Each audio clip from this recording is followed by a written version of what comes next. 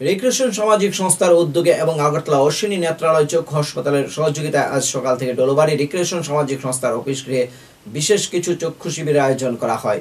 এদিনের এই চক্ষু শিবিরে আগরতলা অশ্বিনী নেত্রালয়ের বিশিষ্ট চক্ষু চিকিৎসকরা পরিষেবা প্রদান করেন। আমবাসা মহকুমার শতাধিক লোকজন এই চক্ষু শিবিরে বিনামূল্যে পরিষেবা গ্রহণ করেন।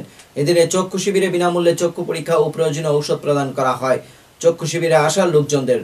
এদিন চক্ষু শিবিরের সম্পর্কে রিক্রিয়েশন সামাজিক সংস্থার সম্পাদক মনীষ চক্রবর্তী বলেন, চক্ষু পরীক্ষার পর যাদের ছানির সমস্যা রয়েছে তাদের আয়ুষ্মান কার্ডের মধ্য দিয়ে আগরতলায় নিয়ে বিনামূল্যে চক্ষু অপারেশনের সহ ঔষধের ব্যবস্থা করা হবে।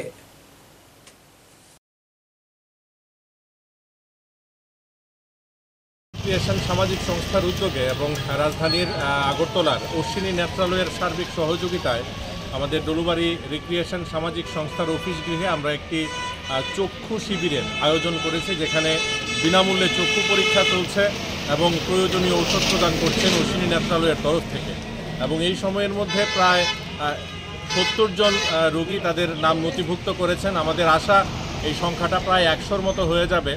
এবং যাদের চোখের ছানি রয়েছে সেখানে যাদের আয়ুষ্মান রয়েছে, আয়ুষ্মান কার্ড রয়েছে, অশ্বিনী নেত্রালয়ের তরফ থেকেই তাদের নিয়ে যাওয়া হবে এবং সেখানে বিনামূল্যে চোখের ছানি থেকে শুরু করে যাবতীয় যা চিকিৎসার প্রয়োজন সেগুলো অপারেশন এবং প্রয়োজনীয় ওষুধপত্র প্রদানের পর তাদেরকে পুনরায় সেখান থেকে এখানে পাঠিয়ে দেওয়া হবে।